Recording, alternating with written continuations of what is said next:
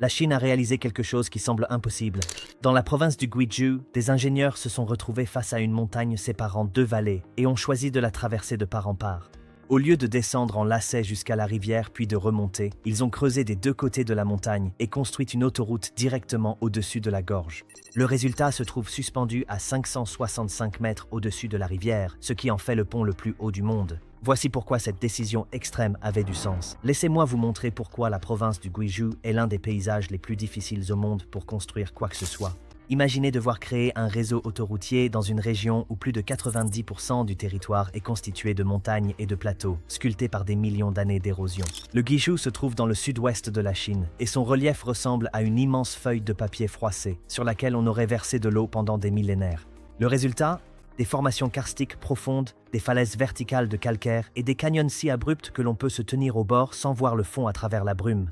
Pendant des siècles, cette géographie a fait du Guizhou l'une des régions les plus pauvres et les plus isolées de Chine. Des villages se trouvaient de part et d'autre des vallées, parfois à moins de 5 km à vol d'oiseau, mais il fallait 4 heures de route sur des chemins étroits et sinueux pour réellement les relier. Les infrastructures traditionnelles ont tout simplement abandonné ici. Les ingénieurs avaient essayé pendant des décennies, créant des routes qui prenaient 3 heures pour parcourir ce qui aurait dû être une distance de 15 minutes, zigzagant le long des parois des canyons, ajoutant des dizaines de kilomètres supplémentaires à chaque trajet. L'isolement du Guizhou n'était pas seulement une gêne, c'était une asphyxie économique. Les usines ne pouvaient pas recevoir les matières premières à temps. Les hôpitaux ne pouvaient pas être approvisionnés de manière fiable. Les jeunes partaient parce qu'il n'y avait aucune opportunité. Toute la région s'est retrouvée enfermée dans un cycle où sa géographie est devenue son destin. Au début des années 2000, le gouvernement central chinois voyait le Guizhou prendre de plus en plus de retard par rapport à la croissance explosive du reste du pays. Alors que les villes côtières devenaient des centres manufacturiers, le Guizhou restait coincé dans le passé parce que la nature du terrain l'emportait. Parlons maintenant de ce que ce pont accomplit réellement, car les chiffres révèlent quelque chose de profond. Les anciennes routes de montagne signifiaient environ 4 heures de trajet entre Xuanwei, dans la province du Hunan, et Xucheng, dans le Guizhou. Avec l'autoroute et le pont de Beipanjiang, la traversée réelle du canyon ne prend plus qu'environ 2 minutes à la vitesse de l'autoroute. Réfléchissez à ce que cela signifie. Un agriculteur peut désormais acheminer des produits frais au marché avant qu'ils ne se gâtent. Un fabricant peut recevoir une pièce essentielle le jour même où elle est nécessaire. Un patient malade peut atteindre un hôpital tant qu'un traitement est encore possible. Mais voici le calcul plus profond que la Chine faisait. Chaque heure gagnée sur le transport est une heure qui peut être consacrée à produire, construire ou créer de la valeur. Multipliez cela par des millions de trajets sur des décennies, et vous ne construisez pas seulement un pont, vous fabriquez littéralement du temps. Lorsque le temps de trajet diminue aussi radicalement, la distance psychologique entre les lieux s'effondre. Des villes qui semblaient séparées commencent à fonctionner comme une seule entité économique. Une entreprise qui n'aurait jamais envisagé de construire une usine dans la province isolée du Guizhou la considère soudainement comme faisant partie d'une région intégrée. Les planificateurs chinois soutenaient que les économies de temps et de logistique étaient si importantes que les bénéfices économiques du projet couvriraient probablement son coût énorme bien plus rapidement qu'un méga-projet autoroutier classique. Lorsque les régions sont connectées aussi efficacement, les gens commencent à prendre des décisions de vie différentes. Ils acceptent des emplois plus éloignés de chez eux parce que le trajet devient gérable. Les jeunes cessent de partir parce que des opportunités existent soudainement sur place. C'est toute la trajectoire d'une région qui change. Alors, pourquoi ce pont en particulier devait-il devenir l'un des plus hauts du monde? La réponse n'est pas l'ego, c'est une question de géométrie. La rivière Beipan se trouve à 565 mètres en contrebas du niveau où l'autoroute devait passer. C'est ce qu'exigeait le relief. Les montagnes de chaque côté s'élèvent à des hauteurs où il est logique de faire passer une route. Il n'y avait pas d'option intermédiaire. S'ils avaient essayé de descendre partiellement dans le canyon, les routes d'accès seraient devenues incroyablement raides et dangereuses. La seule solution viable était de franchir tout l'espace d'un seul coup. Cette décision a entraîné une cascade d'exigences techniques. À cette hauteur, il faut faire face à des forces du vent qui détruiraient la plupart des structures. On franchit environ 1,3 km entre les pylônes, ce qui signifie que chaque composant doit supporter des contraintes qui repoussent les limites de la science des matériaux. Le pont devait être de type suspendu, car aucune autre conception n'aurait pu supporter une telle portée à cette hauteur, mais il ne pouvait pas être symétrique. Les parois du canyon se trouvent à des altitudes différentes, donc les deux pylônes mesurent environ 1/4 de kilomètre de haut, mais n'ont pas la même hauteur. Cette asymétrie crée des répartitions de charges inhabituelles qu'il a fallu calculer et compenser. Les câbles principaux s'étendent sur plusieurs kilomètres et sont constitués de centaines de brins d'acier à haute résistance, conçus pour supporter des forces énormes. Ces câbles doivent tenir compte de la dilatation thermique sous la chaleur estivale, de la contraction due au froid hivernal, des charges dynamiques provoquées par la circulation, ainsi que du vent constant qui tente de transformer le pont en une immense voile. Il y a ensuite le problème de l'ancrage. La composition rocheuse ici est du calcaire karstique, alvéolé de cavités dues à l'érosion de l'eau.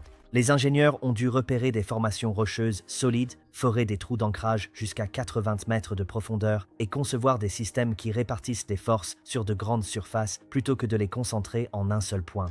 Parlons maintenant de la façon dont on construit réellement une telle structure lorsque le chantier est suspendu dans le vide. Les méthodes de construction traditionnelles partent du principe que l'on peut installer l'équipement sur un sol solide. Rien de tout cela n'est possible ici.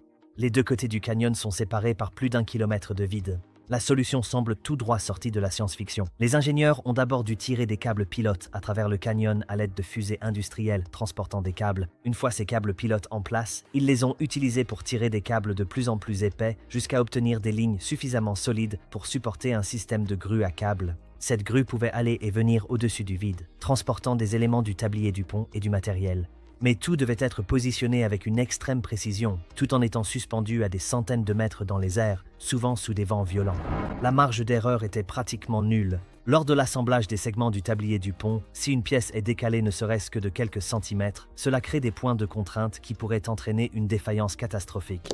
Les équipements de construction utilisaient des systèmes de positionnement et de topographie basés sur Beidou pour maintenir un alignement à quelques centimètres près. Ensuite, les équipes affinaient cet alignement à une précision de l'ordre du millimètre lors de la connexion des segments du tablier.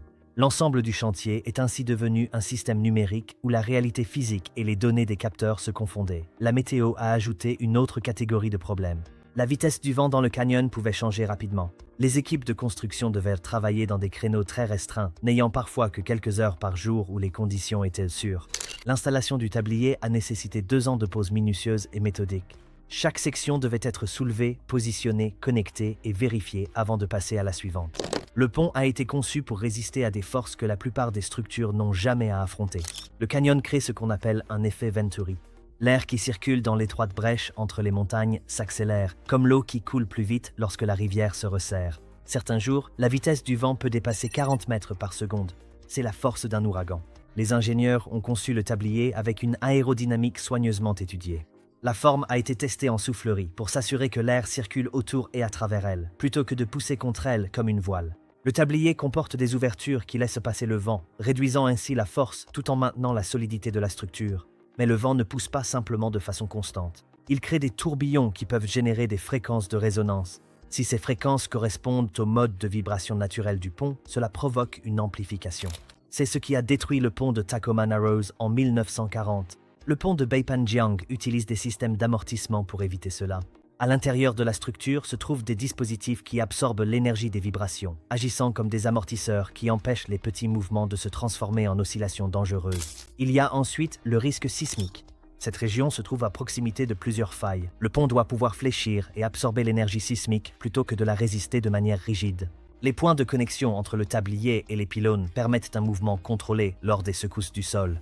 Le pont de Beipanjiang est sous surveillance constante grâce à des centaines de capteurs intégrés dans toute la structure.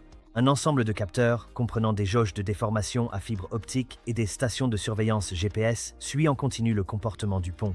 Ces systèmes peuvent détecter la déformation, les variations de température et les vibrations à des milliers de points simultanément. Cela crée une cartographie vivante des contraintes au sein de la structure. Les ingénieurs peuvent voir en temps réel où les charges se concentrent, si les flux de circulation créent des points de contrainte inattendus ou si les variations saisonnières de température affectent les matériaux. Les stations GPS situées sur les pylônes mesurent les mouvements avec une précision au millimètre près. Le pont est en mouvement constant, il se dilate sous la chaleur, se contracte sous le froid, oscille sous l'effet du vent. Tout cela est normal, mais les données GPS garantissent que ces mouvements restent dans les limites prévues par la conception. C'est un changement dans la façon dont les infrastructures fonctionnent. Les ponts traditionnels étaient inspectés de temps à autre et entretenus lorsque des problèmes devenaient visibles. Les mégastructures modernes sont surveillées en continu. Le pont devient une source de données sur lui-même. Mais il y a une dernière raison pour laquelle la Chine a construit ce pont de cette manière. Le pont est devenu un véritable aimant à touristes, avec des plateformes d'observation et des expériences de hauteur extrême aménagées autour de lui. Il occupe une place importante dans la promotion touristique des ponts du Guizhou, avec notamment des attractions de type saut à l'élastique et des passerelles en verre sur d'autres ponts élevés de la région. Ce n'était pas un hasard. Lorsqu'il a ouvert en 2016, il est devenu le pont le plus haut du monde en termes de hauteur de tablier. Il reste l'un des ponts les plus hauts de la planète, désormais deuxième après le nouveau pont du Grand Canyon de Huajiang, également situé au Guizhou. C'est une démonstration de savoir-faire, une affirmation concrète que l'ingénierie chinoise peut égaler, voire surpasser, tout ce qui se construit ailleurs dans le monde. C'est aussi un signal adressé aux pays en développement qui envisagent des partenariats en matière d'infrastructure. L'initiative chinoise La Ceinture et la Route propose de réaliser des projets similaires à travers l'Asie, l'Afrique et au-delà. Lorsque des responsables de pays au terrain difficile voient ce que la Chine a accompli au Guizhou, cela devient un argument de vente. Le pont constitue également un pilier économique pour la région. Le tourisme apporte de l'argent, mais plus important encore, il attire l'attention.